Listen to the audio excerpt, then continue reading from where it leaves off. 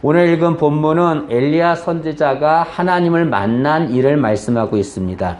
이스라엘에 3년이 넘게 비가 오지 않았습니다. 가뭄이 들었죠. 많은 백성들이 고통을 당하고 있었습니다. 그럴 때 하나님께서 엘리야에게 내가 비를 내리겠다라고 말씀하셨습니다. 그 말을 들은 엘리야는 바알 선지자들에게 바알이 진정한 신인지 하나님이 진정한 신인지 우리 대결하자. 하늘에서 비를 내리게 하는 신이 진정한 신이다라고 하면서 대결을 신청합니다. 그래서 갈멜산에 모입니다. 바알의 선지자들은 바알에게 기도하고 엘리야는 하나님께 기도합니다. 결과는 어떻게 됐습니까? 하나님께서 비를 내려주셨죠. 이로 인해서 바알은 거짓신이고 하나님이 참신인 것이 드러났습니다. 그리고 엘리야는 바알의 거짓 선지자들을 모두 죽이는 거죠. 근데 이 사실을 이세벨이 알게 됩니다. 이세벨은 아합 왕의 아내이고 우상을 섬기는 악한 여자입니다. 그 이세벨이 이 사실을 알고 엘리야를 죽이려 합니다. 그러자 엘리야는 이세벨이 자신을 죽이려 하자 두려운 마음이 생기고 도망을 갑니다. 여러분, 엘리야는 능력의 선지자예요. 그런데 능력의 선지자가 여자 이세벨의 말을 듣고 도망을 갑니다. 어떻게 그런 일이 생길 수 있습니까? 성경은 그 이유를 알려줍니다. 그 이유는 엘리야가 상황을 보았기 때문이다라고 말합니다. 우리 읽지 않았지만 19장 3절 말씀을 보시죠. 19장 3절 보시면 2절에 이세벨이 엘리야를 죽이겠다라고 말하자 3절에 그가 엘리야죠. 엘리야가 이 형편을 보고 일어나 자기 생명을 위해 도망하여 라고 말합니다. 이세벨이 엘리야를 죽이려고 하자 엘리야가 그 상황을 보고 도망갔다라고 말합니다. 여러분, 상황은 항상 우리에게 두려움을 줍니다. 이 상황을 보면, 상황만을 바라보면 어떤 일이 생기냐면 영적인 시야가 좁아져요. 영적인 시야가 좁아져서 상황 외에 다른 것이 보이지 않습니다. 상황만을 바라보면 하나님이 보이지 않아요. 하나님이 보이지 않으면 두려움이 생기게 되는 거죠. 엘리야는 큰 능력을 행한 능력의 선지자입니다. 그러나 아무리 큰 능력을 행한 선지자라 할지라도 상황만을 보면 두려워하게 되는 거죠. 우리에게도 어려운 상황이 많이 있습니다. 그 상황 보면 해결되는 건 아무것도 없습니다. 두려움만 있는 거죠. 영적인 시야가 좁아집니다. 우리는 무엇을 보아야 합니까? 하나님을 바라봐야 될 줄로 믿습니다. 여러분, 엘리야는 갈멜산에서 큰 능력을 행한 자입니다. 비를 내리게 한 능력의 선지자예요. 그런데 오늘 본문에는 이세벨이 두려워서 도망가는 나약한 자가 됩니다. 어떤 자가 진정한 엘리야입니까? 갈멜산에서 능력을 행한 엘리야가 진정한 엘리야입니까? 도망가는 엘리야가 진정한 엘리야입니까? 여러분, 둘 다 똑같이 다 진정한 엘리야인 거죠. 여러분, 혹자는 엘리야가 도망가는 모습을 보고 실망을 느꼈다라고 말합니다. 그러나 이런 엘리야의 모습을 통해서 우리에게 가르쳐 주는 것이 있습니다. 그것은 엘리야의 모습이 곧 우리의 모습이라고 하는 거죠. 여러분, 엘리야는 성령 충만하다가 영적인 침체에 빠졌습니다. 우리도 그렇습니다. 우리도 성령 충만하다가 어느 순간 영적인 침체에 빠질 수가 있습니다. 찬양하고 기도하고 예배를 드리는데 막 기분이 너무 좋아요. 기쁨이 있고 감격이 있습니다. 근데 어느 순간 그 모든 것에 감격이 사라집니다. 영적인 침체에 빠지는 거죠. 왜 그렇습니까? 왜 그런 일이 생길까요? 누구나 다 그런 일이 생기는 겁니다. 여러분, 엘리야 증후군이라는 것이 있어요. 이것이 뭐냐면 엘리야처럼 큰 능력을 행한 후에 갑자기 영적인 침체에 빠지는 것을 말합니다. 그럼 인간은 누구나 성령 충만하다가 영적인 침체에 빠질 수가 있습니다. 엘리야가 우리에게 그것을 알려주는 거죠. 엘리야는 능력이 많은 선지자입니다. 그러나 아무리 능력이 많아도 영적인 침체에 빠질 수가 있는 겁니다. 때문에 내가 지금 영적인 침체에 빠졌다고 해서 그것이 잘못된 것은 아닙니다. 이상한 것은 아니에요. 누구나 그럴 수 있는 거죠. 중요한 것은 무엇입니까? 그런 영적인 침체에 빠지면 거기에서 빨리 회복을 해야 되는 거죠. 어떻게 하면 회복이 됩니까? 하나님의 도움을 받으면 회복이 되는 거죠. 여기 엘리야는 이세벨의 말을 듣고 도망을 갑니다. 도망을 갔다라고 하는 것은 사명을 포기했다는 것을 말합니다. 그러면 엘리야는 하나님께 책망을 들어도 할 말이 없습니다. 그런데 하나님이 어떻게 하십니까? 도망가는 엘리야를 절대로 책망하지 않습니다. 오히려 엘리야가 도망을 가자 하나님이 도망간 엘리야를 따라가서 그와 함께 해줍니다. 여러분, 우리가 신앙생활하다 실수할 때가 있어요. 잘못을 범할 때가 있습니다. 그럴 때 내가 실수하고 잘못을 했으니까 하나님이 나를 버리시겠거니 라고 생각하는 이들이 있습니다. 절대로 그렇지 않습니다. 우리가 아무리 실수하고 잘못을 해도 하나님은 우리를 버리지 않습니다. 오히려 우리와 함께 하시는 거죠. 여기 엘리야는 도망가다가 지쳐서 로뎀나무 아래에서 잠을 잡니다. 그런데 하나님이 그곳까지 따라오십니다. 따라오셔서 지친 엘리야에게 행하십니다. 두 가지를 행하시는데 5절에 나옵니다. 첫째는 뭐냐면 지쳐 잠든 엘리야를 어루만져 주십니다. 그리고는 숯불에 구운 떡과 물을 그에게 줍니다. 5절 말씀을 한번 보실까요? 5절 말씀 보시면 로뎀나무 아래에 누워 자더니 천사가 그를 어루만지며 그에게 이르되 일어나서 먹으라 하는지라. 본즉 머리맡에 숯불에 구운 떡과 물 한 병이 있더라. 이에 먹고 마시고 다시 누웠더니 엘리야가 지쳐가지고 로뎀나무에서 잠을 자자 하나님이 그까지 따라오셨어요. 그리고 어루만지시고 숯불에 구운 떡과 물을 주셨습니다. 어루만지셨다고 하는 것은 쓰다듬어 주셨다 그런 말이죠. 이것은 마치 뭐와 같냐면 옛날에는 약이 이렇게 많지 않았습니다. 그래서 몸이 좋지 않으면 어떻게 했냐면 어머니들이 아기를 이렇게 품어안고 아픈 곳에 이렇게 쓰다듬어 줘요. 어머니 손은 약손, 어머니 손은 약손 하면서 쓰다듬어 줘요. 그럼 신기하게 그렇게 아팠는데 어머니 손에 이렇게 쓰다듬어 주면 아픈 곳이 싹 나아요. 약을 먹지 않았는데도. 지금 하나님이 그렇게 하는 겁니다. 엘리야는 지금 마음이 너무 지쳐 있어요. 하나님이 그 마음을 쓰다듬어 주는 거죠.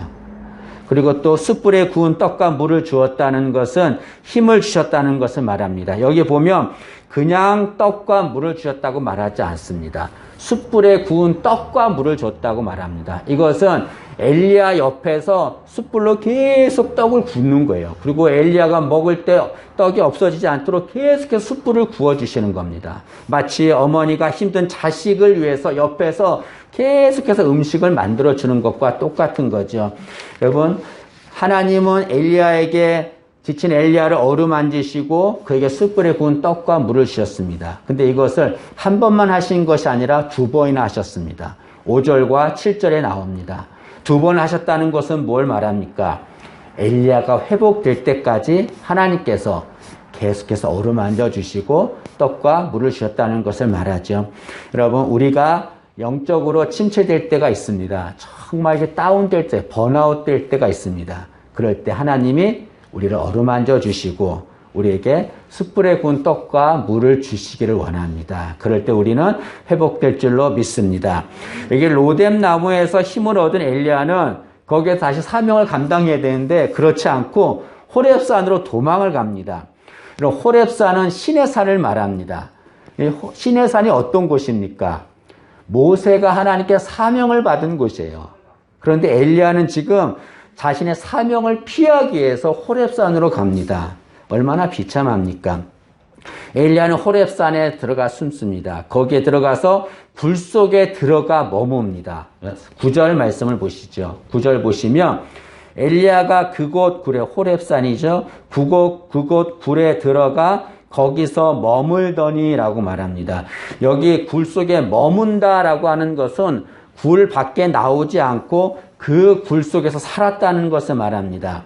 여러분, 영적으로 침체된 자들의 특징이 있어요. 그것이 뭐냐면 하나님과 단절하고 굴 속에 산다는 겁니다. 자신의 절망의 굴, 좌절의 굴, 그 굴 속에 살아서 굴 속에 나오질 않습니다. 그러나 굴 속에 있으면 절대로 영적인 침체에서 회복되진 않습니다. 어떻게 해야 됩니까? 그 굴에서 나와야 되는 거죠. 하나님은 엘리야가 굴 속에 있자 그 굴 속에서 나오라라고 말합니다. 11절 말씀을 보시죠. 11절 보시면 여호와께서 이르시되 너는 나가서 여호와 앞에서 산에 서라 하시니, 여기 나가라는 건 굴 속에서 나오라는 것을 말합니다. 여러분, 하나님께서 엘리야한테 굴 속에서 나와 여호와 앞에 서라라고 하신 이유는 뜻은 무엇입니까? 엘리야가 있을 곳은 굴 속이 아니라는 거죠. 엘리야가 있을 곳은 하나님 앞임을 말합니다. 여러분, 우리가 영적으로 침체되거나 힘들 때 회복되길 원합니다. 어떻게 하면 회복됩니까? 굴 속에서 나와야 되는 거죠. 굴 속에서 나와 하나님 앞에 서야 합니다. 그럴 때 회복됩니다. 하나님 앞에 설 때 신앙은 회복됩니다. 인생은 회복되는 거예요. 그러나 하나님과 멀어질수록 신앙은 침체되고 맙니다. 공허함 속에 빠지고 마는 거죠. 우리가 지금 비대면 때문에 코로나 때문에 예배가 지금 많은 어려움을 당하고 있습니다. 우리는 예배를 온전히 지켜야 돼요. 예배를 제대로 지키지 못하면 어떤 일이 생깁니까? 자기도 모르게 영적인 침체에 빠집니다. 나는 아무렇지도 않을 거야. 천만의 말씀이에요. 예배를 드리면 드릴수록 우리 인생은 회복되는 거예요. 예배를 드리지 않으면 우리는 영적인 침체에 빠지는 거죠. 하나님은 우리가 굴 속에 있는 것을 원하지 않습니다. 성경에 보면 예수님께서 사랑하는 자가 있었어요. 나사로예요. 예수님은 나사로를 사랑하셔서 나사로 집에 가서 음식도 먹고 그랬습니다. 그런데 어느 날 이 나사로가 죽었다라고 하는 소식을 듣습니다. 죽어서 무덤에 갇혀 있습니다. 예수님께서는 그 나사로가 무덤에 갇힌 곳을 가셨습니다. 그리고 나사로가 무덤에 갇힌 것을 보시고 눈물을 흘리셨다라고 말합니다. 그리고 큰 소리로 그 무덤을 향해서 나사로야 나오라 라고 말씀합니다. 그 무덤에서 나오라는 거죠. 굴 속에서 나오라는 거죠. 그러자 나사로는 나와서 다시 살아나고 자유케 되었습니다. 여기 예수님께서 나사로에게 무덤에서 나오라 라고 하신 말씀은 우리에게 하시는 말씀입니다. 지금 굴 속에 갇힌 자들에게 하나님께서 그 굴 속에서 나오라는 거죠. 굴 속에 나와서 내 앞에 서라라고 말합니다. 하나님 앞에 서면 하나님이 우리를 회복시켜 줄 줄로 믿습니다. 여러분, 절대로 굴 속에 있지 말고 하나님 앞에 나오기를 간절히 소망합니다. 여기 엘리야가 하나님의 말씀대로 굴 속에 나왔어요. 굴 속에서 나오자 하나님께서 엘리야한테 내가 너와 함께함을 보여주겠다라고 말합니다. 엘리야는 기대했을 겁니다. 하나님이 나와 함께 하시는데 나와 함께 하신 하나님이 어떻게 자신을 보여줄까 기대했을 겁니다. 그러자 하나님께서 보여주시는데 강하고 큰 바람이 불었습니다. 이 강하고 큰 바람 때문에 산이 갈라지고 바위가 부서졌습니다. 엘리야는 그 바람 속에 하나님이 계실 것이라고 생각했습니다. 그러나 그 하나님 그 바람 속에 계시지 않았습니다. 이 바람이 지나고 큰 지진이 일어났습니다. 엘리야는 하나님이 그 지진 속에 계실 것이라 생각했습니다. 그러나 그곳에도 하나님은 계시지 않았습니다. 지진이 지나고 나자 큰 불이 임했습니다. 엘리야는 그 불 속에 하나님이 계실 것이라 생각했습니다. 그러나 그곳에도 하나님은 계시지 않습니다. 그런데 바람이 지나고 지진이 지나고 불이 지나간 후에 세미한 음성이 들립니다. 여러분이 세미한 소리, 세미한 음성은 바람과 지진과 불과는 대조적인 거죠. 그런데 놀라운 것은 그 세미한 소리 가운데 하나님이 계셨다는 거예요. 12절 말씀을 보시겠습니다. 12절 말씀 보시면 또 지진 후에 불이 있으나 불 가운데에도 여호와께서 계시지 아니하더니 불 후에 세미한 소리가 있는지라. 바람이 불어도 지진이 일어나도 불이 나도 소리가 하나님은 계시지 않았습니다. 그런데 세미한 소리 하나님이 계셨어요. 세미한 소리는 작고 부드러운 소리를 말합니다. 엘리야는 당황했을 것입니다. 하나님은 바람과 지진과 불처럼 능력 있는 곳에 계실 것이라 생각했는데 하나님은 그곳에 계시지 않는 거예요. 작고 부드러운 세미한 소리에 하나님이 계신 곳에 엘리야는 당황했을 것입니다. 하나님이 세미한 소리 가운데 계시다는 것은 뭘 말합니까? 그것은 하나님은 우리가 느끼지 못하는 중에도 함께 하신다는 것을 말하는 거죠. 여러분, 엘리야는 하나님은 큰 능력이 임할 때만 자신과 함께 한다라고 생각했습니다. 엘리야는 많은 능력을 행했어요.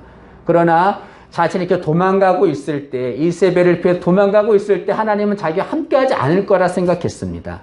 그러나 엘리야가 느끼지 못하는 것뿐이에요. 하나님은 그 이세벨을 피하는 엘리야에게도 함께하는 거죠.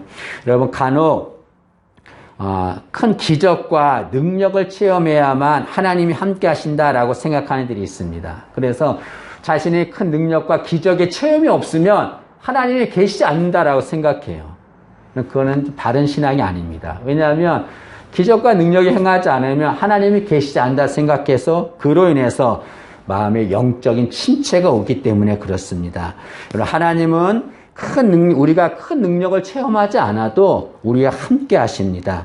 하나님은 세미한 소리 가운데 함께 하세요. 세미한 소리는 우리가 평소 느끼지 못하는 소리입니다. 느끼지 못하지만 그 소리 가운데 하나님 계시는 거예요. 우리가 느끼지 못하지만 하나님은 항상 우리와 함께 하시는 겁니다. 때문에 여러분, 큰 능력이 임하지 않아도, 큰 기적을 체험하지 않아도 하나님이 나를 버리셨다, 하나님 나를 떠나셨다 의심하지 않아도 됩니다. 하나님은 매 순간마다 우리와 함께 하시는 거죠. 혹자는 하나님의 세미한 소리는 능력이 없는 것이다 라고 말합니다. 그러나 그렇지 않습니다. 하나님의 세미한 소리는 바람보다, 지진보다, 불보다 능력이 많습니다. 하나님은 이 세상을 창조하셨어요. 무엇으로 창조하셨습니까? 소리로, 말씀으로 창조하셨습니다. 이것은 하나님의 소리는 어떤 것보다 능력이 있음을 말합니다. 하나님이 그 세미한 소리 가운데 임하시죠. 그러면 이런 질문을 할 수 있습니다. 하나님은 왜 큰 소리 가운데 계시지 않고 세미한 소리 가운데 계시는가? 하나님은 왜 큰 소리로 말씀하지 않으시고 세미한 소리로 말씀하시는가? 라고 질문할 수 있습니다. 하나님은 왜 세미한 소리로 말씀할까요? 그것은 우리 가까이에서 말씀하시기 때문에 그렇습니다. 하나님이 세미한 소리로 말씀하신다는 것은 우리 가까이에 계시다는 거죠. 우리 가장 가까운 곳에서 우리에게 조용히 말씀하시는 겁니다. 하나님이 세미한 소리에 임한다는 것은 우리와 그만큼 함께 한다는 것을 말하는 거죠. 이 세미한 소리는 예수님을 연상시킵니다. 예수님은 세상에 계실 때 큰 소리로 말하지 않았어요. 세미한 소리로 말씀하셨습니다. 이사야 42장 2절에 이렇게 말합니다. 그는 예수님이죠. 예수님은 외치지 아니하며 목소리를 높이지 아니하며 그 소리를 거리에 들리게 하지 아니하며 예수님은 외치지 않았다라고 말합니다. 큰 소리로 말하지 않았어요. 세미한 소리로 말씀하셨습니다. 하나님은 우리 가까이에서 늘 말씀하십니다. 하나님은 한순간도 말씀하지 않을 때가 없습니다. 우리는 이 하나님의 소리, 세미한 소리를 들어야 합니다. 여러분, 인생에 문제가 일어나는 이유가 무엇입니까? 신앙에 문제가 일어나는 이유가 무엇입니까? 그것은 하나님의 소리를 듣지 않기 때문에 그렇습니다. 하나님의 소리를 들어야 돼요. 듣지 않으면 인생과 신앙에 문제가 일어납니다. 우리는 늘 하나님의 세미한 소리를 들어야 합니다. 어떻게 하면 세미한 소리를 들을 수 있습니까? 우리가 하나님의 세미한 소리를 듣기 위해서 해야 될 것이 있습니다. 두 가지인데요. 첫째는 세상의 소리에 길을 막아야 합니다. 여러분, 엘리야가 하나님의 소리를 듣지 못한 이유가 무엇입니까? 이세벨의 소리를 들었기 때문에 그래요. 이세벨이 죽인다고 하는 그 소리를 들었기 때문에 하나님의 소리를 듣지 못하는 거예요. 그로 인해서 엘리야는 영적으로 침체되고 말았습니다. 여러분, 엘리야가 만약 이세벨이 말할 때 자신의 귀를 막았다면, 이세벨의 소리에 귀를 막았다면 그는 하나님의 소리를 들었을 것입니다. 그러면 그는 영적으로 침체되지 않았겠죠. 여러분, 세상에는 많은 소리가 있습니다. 그 모든 소리가 우리에게 다 유익을 주는 건 아닙니다. 세상의 소리가 좋아서 따라가지만 그 세상의 소리 때문에 상처와 아픔을 받을 때가 너무나 많습니다. 우리는 하나님의 세미한 소리를 들어야 됩니다. 세상의 소리가 아무리 좋다 하더라도 세상의 소리에 귀를 막고 하나님의 소리를 들어야 될 줄로 믿습니다. 또 하나님의 세미한 소리를 들으려면 나의 소리를 멈춰야 합니다. 내 소리를 멈춰야 돼요. 엘리야는 하나님 앞에 뭐라고 말하냐면, 하나님, 내가 열심을 다해 하나님을 섬겼습니다. 하나님을 위해서 열심을 다하여 일을 했습니다. 그런데 제가 지금 이렇게 어려움을 당하고 있습니다. 라고 말합니다. 이 말을 한 번 하는 것이 아니라 두 번이나 말합니다. 10절 말씀을 보시죠. 10절 보면 엘리야가 하나님께 한 말입니다. 그가 대답하되 내가 만군의 하나님 여호와께 열심히 위별하오니 이는 이스라엘 자손이 주의 언약을 버리고 주의 제단을 헐며 칼로 주의 선자들을 죽였음이오며 오직 나만 남았거늘 그들이 내 생명을 찾아 빼앗으려 하나이다. 내가 열심을 다하여 하나님을 섬기고 열심을 다하여 신앙생활을 했는데 그로 인해서 어려움 당해서 사람들이 다 죽이고 나만 홀로 남았습니다. 라고 말합니다. 14절 말씀도 보시죠. 14절 보시면 그가 대답하되 내가 만군의 하나님 여호와께 열심히 위별하오니 이는 이스라엘 자손이 주의 언약을 버리고 주의 제단을 헐며 칼로 주의 선자들을 죽였으며 오직 나만 남았거늘 그들이 내 생명을 찾아 빼앗으려 하나이다. 이 말의 의미는 무엇입니까? 나는 열심히 했는데 어려움을 당했다는 거죠. 엘리야는 지금 자신의 소리를 내고 있습니다. 큰 소리로 하나님 앞에 자신의 얘기를 하는 거죠. 엘리야는 자신의 소리만 외칩니다. 그러다 보니까 하나님의 소리를 듣지 못하는 거죠, 여러분. 우리도 하나님의 소리를 들으려고 하면 내 소리를 멈춰야 합니다. 우리는 자꾸 내 소리를 하나님 앞에 드러내는 거예요. 하나님, 내가 이렇게 했습니다. 내가 이만큼 했습니다. 내가 이만큼 노력했고 이만큼 큰 일을 했습니다. 자꾸 자신의 소리를 외치는 거예요. 그러다 보니까 하나님의 소리를 듣지 못합니다, 여러분. 내가 아무리 큰 능력을 하고 내가 크게 외쳐도 하나님의 소리를 듣지 못하면 영적으로 침체되고 마닙니다. 우리도 자신의 소리만 외쳐서는 안 됩니다. 하나님의 세미한 소리를 들어야 합니다. 자신의 소리를 외치면 하나님의 소리를 듣지 못하죠. 나의 소리를 멈춰야 합니다. 어떤 사람이 공장에서 값싼 비싼 시계를 잃어버렸습니다. 그래서 공장에서 아무리 시계를 찾으려고 해도 찾지를 못하는 거예요. 근데 나중에 한 직원이 시계를 찾아서 그 사장에게 줍니다. 사장이 물었어요. 아니, 어떻게 해서 시계를 찾았는가? 직원이 말하기를 공장의 기계 소리를 다 끄자 시계 소리가 들렸습니다. 그래서 시계를 찾았습니다. 여러분, 하나님의 소리를 들으려면 세상의 소리에 귀를 막아야 돼요. 내 소리를 멈춰야 합니다. 그럴 때 하나님의 세미한 소리를 듣게 되는 거죠. 엘리야는 하나님의 세미한 소리를 들었습니다. 하나님의 세미한 소리를 들으면 어떻게 됩니까? 회복의 은혜가 임하죠. 엘리야는 지금 영적으로 지친 상태에 있었어요. 그러나 하나님의 세미한 소리를 듣자 그는 다시 신앙이 회복되어서 사명을 감당했습니다. 그리고 위대한 선지자가 될 수 있었습니다. 여러분, 우리도 마찬가지입니다. 우리도 엘리야와 똑같은 자예요. 우리도 엘리야처럼 하나님의 세미한 소리를 듣기를 원합니다. 그럴 때 우리에게 회복의 은혜가 임할 줄로 믿습니다. 기도하겠습니다. 하나님, 엘리야에게 임한 세미한 하나님의 소리가 저희들에게 들려지게 도와주시고 그로 인하여 회복의 은혜를 체험하게 도와 주옵소서. 감사드리며 예수님의 이름으로 기도합니다.